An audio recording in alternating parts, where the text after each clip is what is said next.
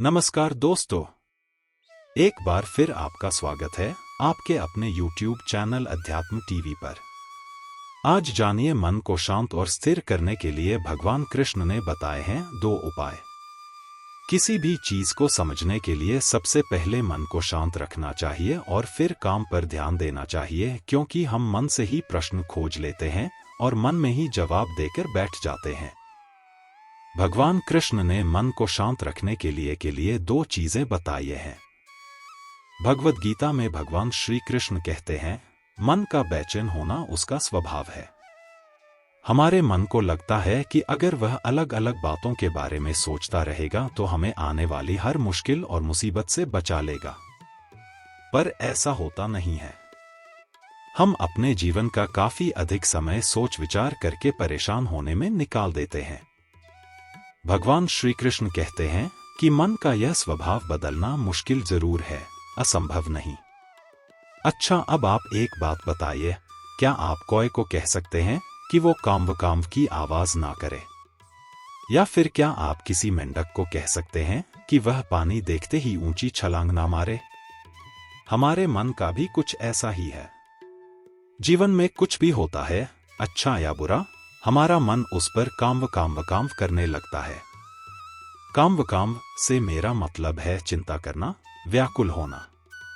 कोई बुरी बात होती भी नहीं है और मन परेशानी की ऊंची ऊंची लपटें लेने लगता है।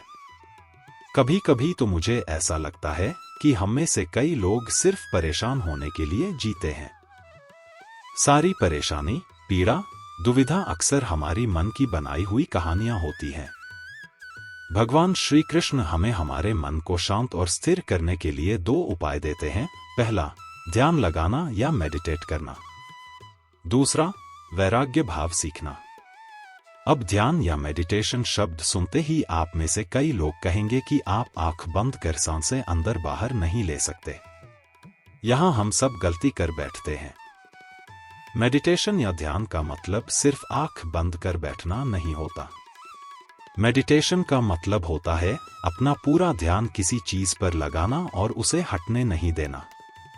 अगर आप रोटी बना रहे हैं तो सिर्फ उस बात पर ध्यान दीजिए। अगर आप पिक्चर देख रहे हैं तो अपना पूरा ध्यान पिक्चर पर लगाएं। यह मत सोचिए कि पिक्चर देखकर आप अपना कितना वक्त बर्बाद कर रहे हैं। जब आप जीवन के हर छोटे बड़े काम को पूरे ध्यान से करते हैं तो आपका जीवन ही एक मेडिटेशन बन जाता है। ऐसे जीवन में शांति, स्थिरता, साहस और सफलता का होना अनिवार्य है। वैराग्य भाव दूसरा उपाय। वैराग्य का अर्थ यह नहीं कि आप सब कुछ छोड़कर जंगल में जाकर बैठ जाएं। वैराग्य का सच्चा अर्थ है कि आप जो काम कर रहे हैं उसका क्या नतीजा या रिजल्ट निकलेगा उसकी चिंता ना करें। जैसे अगर आपने कोई इंटरव्यू दिया, आप यह कर सकते हैं कि पूरे मन से तैयारी करें और अपना बेस्ट देकर आ जाएं। वह नौकरी मिलना या ना मिलना आपके हाथ में नहीं है। इस नतीजे के पीछे अलग अलग चीजें हैं जो आपके बिल्कुल कंट्रोल में नहीं। तो जिस चीज के बारे में आप कुछ कर नहीं सकते, उसके बारे में चिंता भी ना करें। यही वैराग्य का सच्चा मतलब होता है। और यही है भगवान श्री कृष्ण का दूसरा उपाय, मन को चिंता की लपटों से बचाने का। याद रखिए, आप पूरे के पूरे इंसान हैं। समझदारी, संयम और कुशलता से भरे इंसान। आपका मन जब भी कोए की तरह अलग अलग बातों पर आपको परेशान करने लगे, तब अपने मन को भी प्यार से समझाइए और शांत कर लीजिए। बस अपने ऊपर विश्वास रखिए कि आप कभी अपना बुरा नहीं होने देंगे। हम सभी जानते हैं कि भगवान कृष्ण की बातों को मानकर अर्जुन ने सफलता हासिल की थी। ठीक उसी तरह हम सभी कृष्ण की बातों पर गौर कर अपने जीवन में सफलता प्राप्त कर सकते हैं। इस बात में कोई 2 राय नहीं है कि भगवान की बातें न सिर्फ आपको बेहतर जीवन देंगी, बल्कि आपको इस प्रतियोगी दौर में एक सफल व्यक्तित्व भी प्रदान करेंगी। जीवन में आगे बढ़ने के लिए और अपनी अलग पहचान बनाने के लिए यदि आपको क्रांतिकारी बनना पड़े तो इससे पीछे न हटें। कहने का सीधा मतलब ये है कि जरूरत के हिसाब से खुद में बदलाव करें और समाज के बारे में न सोचते हुए अपने काम पूरे करें। जीवन में दोस्तों की भूमिका बहुत अहम होती है। हम हमेशा यही सुनते हैं कि दोस्तों की पहचान हमेशा मुश्किल वक्त में ही होती है। जिस तरह भगवान कृष्ण ने पांडवों के मुश्किल वक्त में उनका साथ दिया था, वैसे ही आपको भी अपने दोस्तों का साथ देना चाहिए। इसके साथ ही आपको ऐसे ही दोस्त बनाने चाहिए जो आपके मुश्किल वक्त में आपके साथ खड़े रहें। जीवन में हार जीत लगी रहती है, लेकिन सफलता सिर्फ उसी व्यक्ति को मिलती है जो अपनी गलतियों और हार से सीख लेकर आगे बढ़े। हार कर निराश होना किसी भी समस्या का हल नहीं है। किसी भी परिस्थितियों से लड़ने के लिए उसके लिए एक बेहतर रणनीति बनाना बहुत जरूरी है। बिना रणनीति के आप हर मोर्चे पर कामयाब नहीं हो पाएंगे। यदि पांडव भी श्री कृष्ण द्वारा बनाई गई रणनीति का पालन नहीं करते तो शायद कौरवों के खिलाफ हुए युद्ध में उन्हें जीत नहीं मिलती। जीवन में सफलता हासिल करने के लिए आपकी सोच दूरदर्शी होनी चाहिए।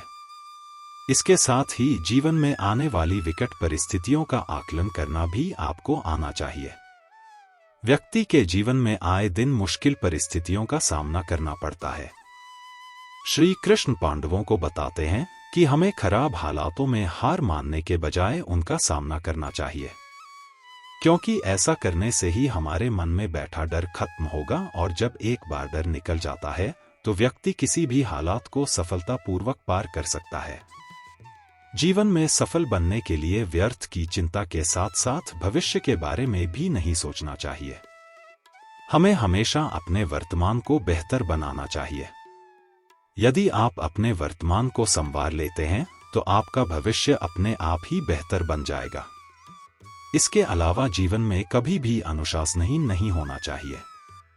आज के इस समय में लोग अपनी आय के हिसाब से खर्च करते हैं, लेकिन ऐसे में जरूरत पड़ने पर उनके पास पैसे नहीं होते।